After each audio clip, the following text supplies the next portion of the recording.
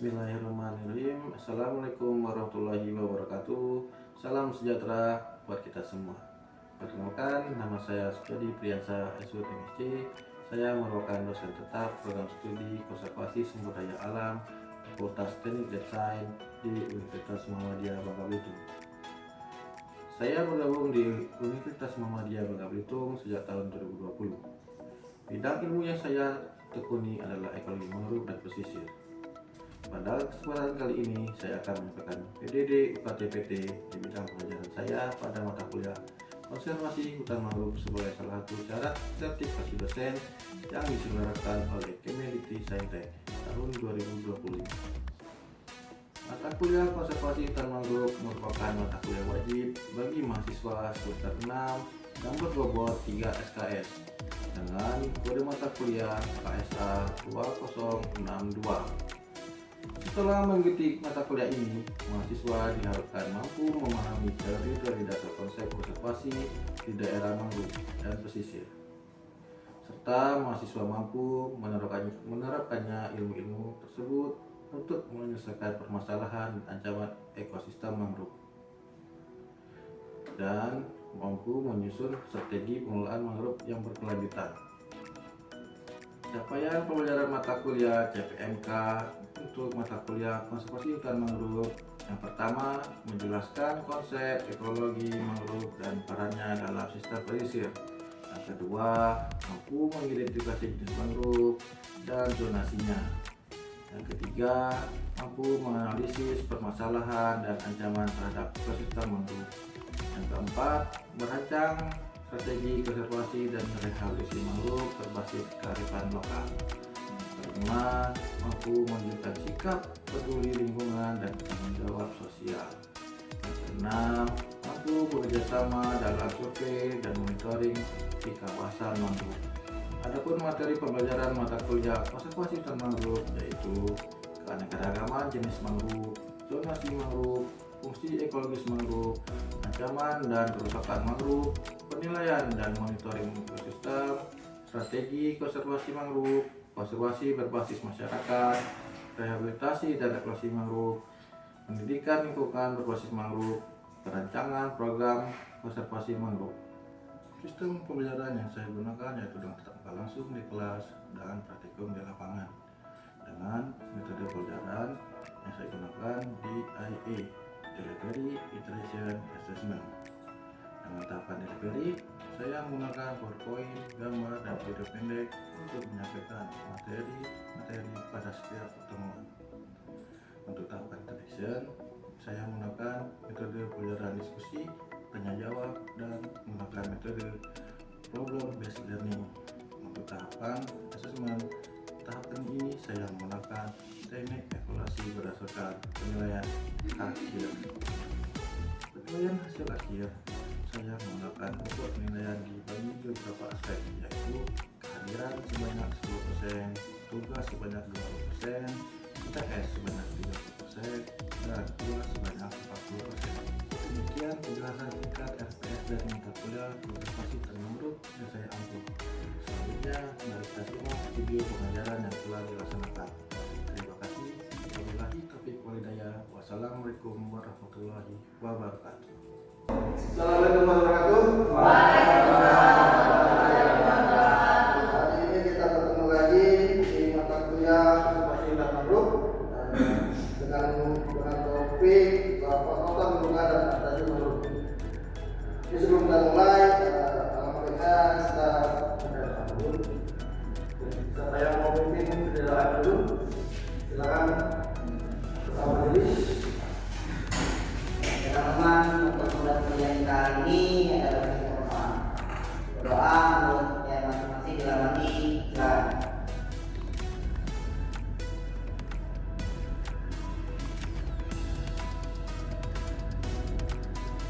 Selesai.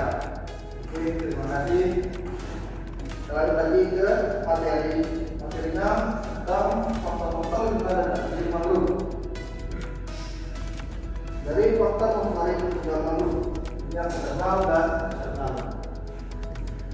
Ini ada dua faktor yang mempengaruhi pertumbuhan mangrove.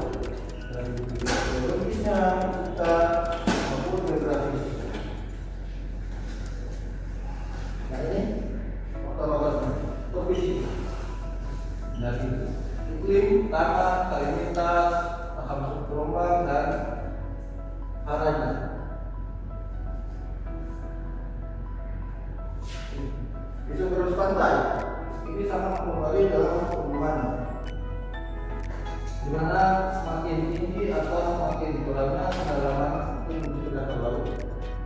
maka mempengaruhi zona-zona dalam pertumbuhan mangrove tersebut.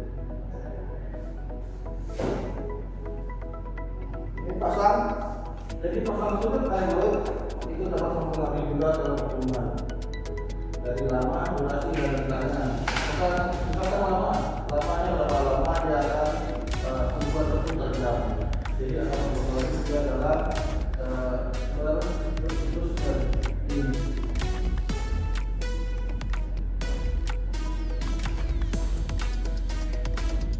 Jadi pasang, dia digombangkan.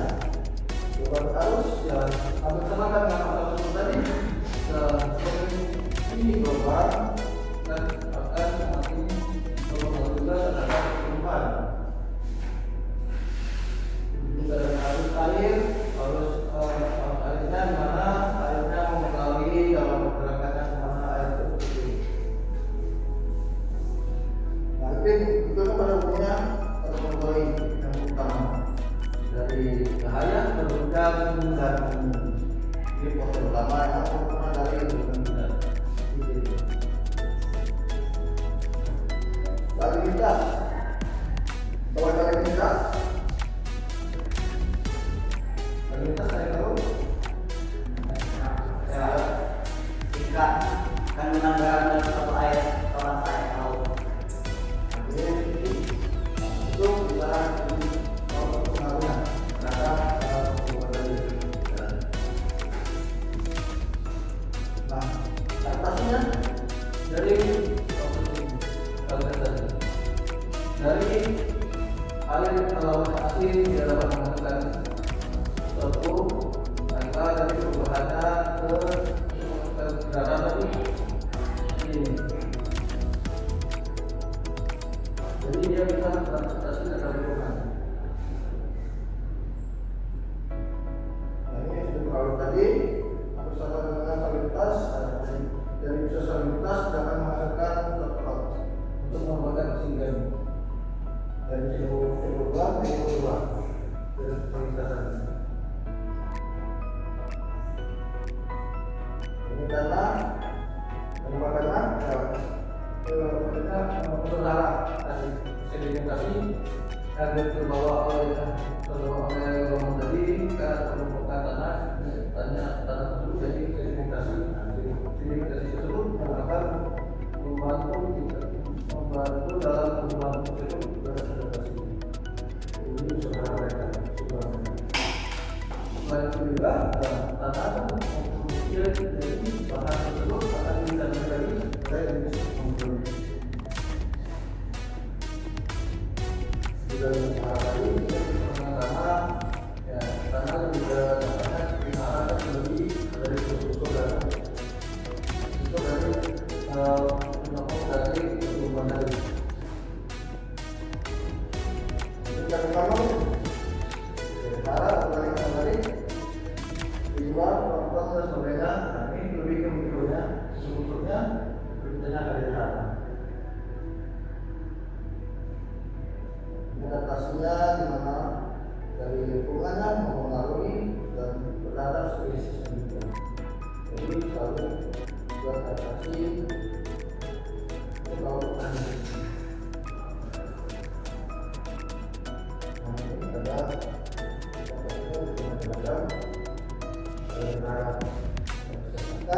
produktif dan sumber daya.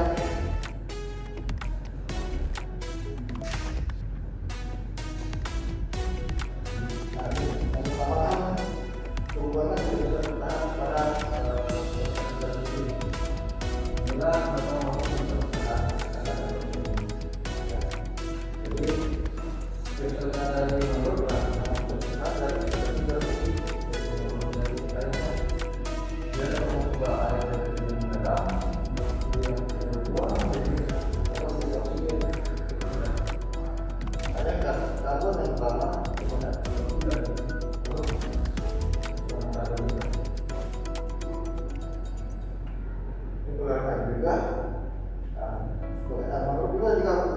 sebagai desalinasi. Nah, kenapa? Karena makhluk itu dapat mempertahankan biar air laut itu tidak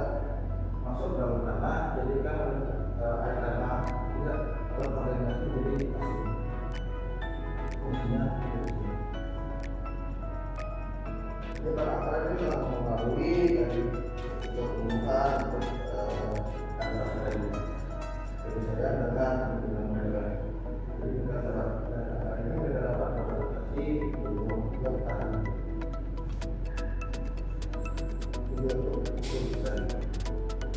Sama semuanya ini akan memberikan target. Sebelum itu kalian sudah paham dulu. Ini baru ya pokok.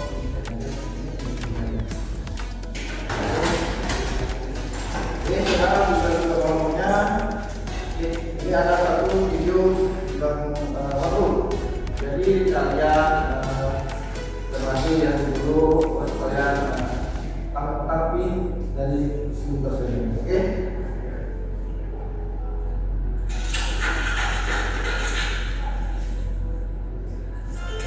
Mangroves are trees that have evolved to survive in flooded coastal environments, where the salt and the lack of oxygen make life impossible for other plants. These trees prosper, offering shelter and food to numerous other species. An enigmatic and silent microcosm that extends from dwarf trees in the deserts of Baja California to 40-meter giants in the coastal forests of Chiapas. Mexico is one of the countries with the most mangroves in the world. For years, these ecosystems were considered a healthy breeding ground for mosquitoes, with no value for society. Today, we know that this fragile tangle of life generates valuable ecosystem services. A hectare of mangroves is capable of producing up to 20 tons of leaf litter in a year, a larger yield than that of the most productive pasture lands. The excess in leaf litter accumulates in the root network, where it forms a carbon reserve 50 times larger than that captured by a tropical forest. This organic material serves as food for some of the main fisheries in Mexico, like shrimp, blue crab, snapper, or snooks, which find refuge during their juvenile phases between the long-submerged roots. These roots, firmly anchored to the mud, absorb up to 90% of the energy of the waves, mitigating the impact of hurricanes in coastal communities. Mangroves are a giant biological filter that purifies water and estuaries. They retain nutrients and sediments from the rivers, creating habitat for other species that ultimately support the ecotourism industry and a successful development model for many coastal communities. These services can reach an annual value of $100,000 per hectare, which means that the more than 700,000 hectares of mangroves in Mexico contribute every year to the national economy with $17 billion. However, thousands of hectares are still being razed to replaceable shrimp farms, agro-industrial plantations, or mega developments. Reforestation initiatives are proposed as a remedy to the devastation, but restoring a single hectare of mangrove costs thousands of dollars, and a century is needed for it to restore its services back to full capacity. At the current deforestation levels, in 25 years, close to 50% of Mexico's mangroves will have been lost. Is it really necessary that our idea of progress should imply the destruction of natural ecosystems? Visit thenaturalnumbers.org.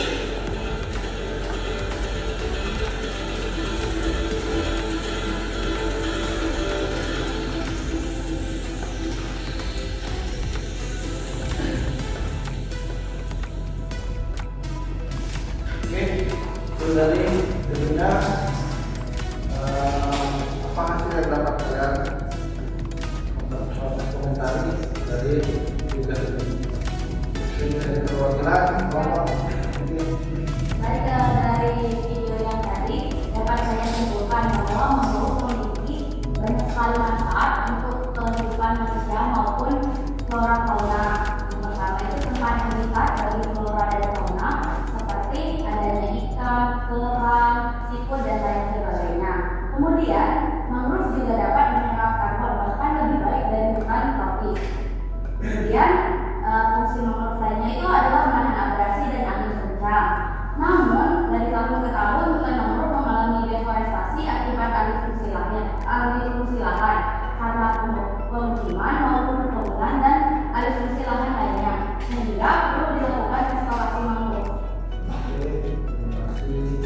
lain mungkin ada tanggapan dan mungkin berikutnya.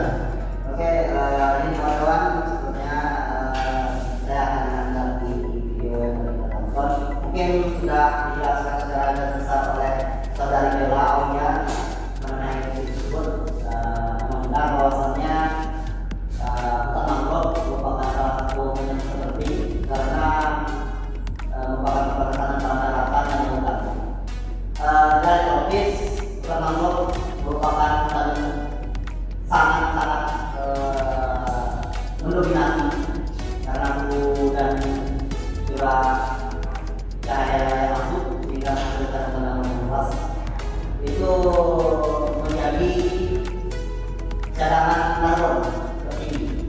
Hal ini disebabkan karena hutan mangrove dapat dengan cepat menumbuhkan daunnya serta menumbuhkan daunnya. Artinya daun-daun tersebut merupakan hasil dari karbon yang terserap di atmosfer, nantinya akan dilumpurkan ke dasar sisir, sehingga kadar karbon di atmosfer itu nanti akan terus berkurang dan dibuat menjadi bentuk padat berupa serasa-serasa dalam tersebut. Penggunaan dari hutan mangrove ini sudah jelaskan juga bahwasannya hutan mangrove dapat menyerap 90% tenaga ombak dan mengalir atas salah satu laut global sehingga dapat mengurangi risiko abrasi. Terus hutan mangrove juga menjadi tempat berbagai aneka hayati dari berbagai jenis ikan, udang, dan kepiting sehingga menjadi sebuah anugerah yang harus kita syukuri dan kita jaga. Hutan mangrove juga menyediakan tempat yang nyaman untuk berbagai jenis unggas dan kera untuk tumbuh di sana.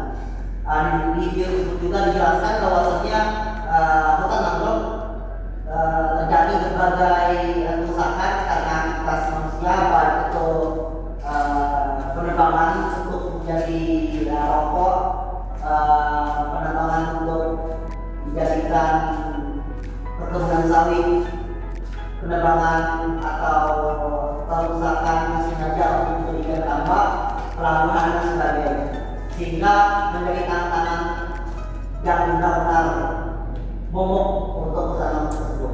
Hal ini, video ini mengajarkan kita bahwasanya kita harus sama-sama melestarikan keanekaragaman hutan mangrove dengan berbagai cara, baik itu dengan penanaman, pemeliharaan dan konservasi hutan mangrove. Sekian untuk kami, saya silakan ke Terima kasih. Yang kita suka, kalau sekali beli tahun kedua.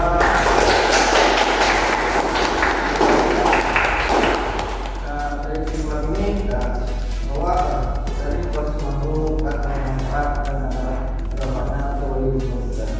Tidak hanya bagi hewan dan lingkungan juga, dan manusia pun akan bermanfaat.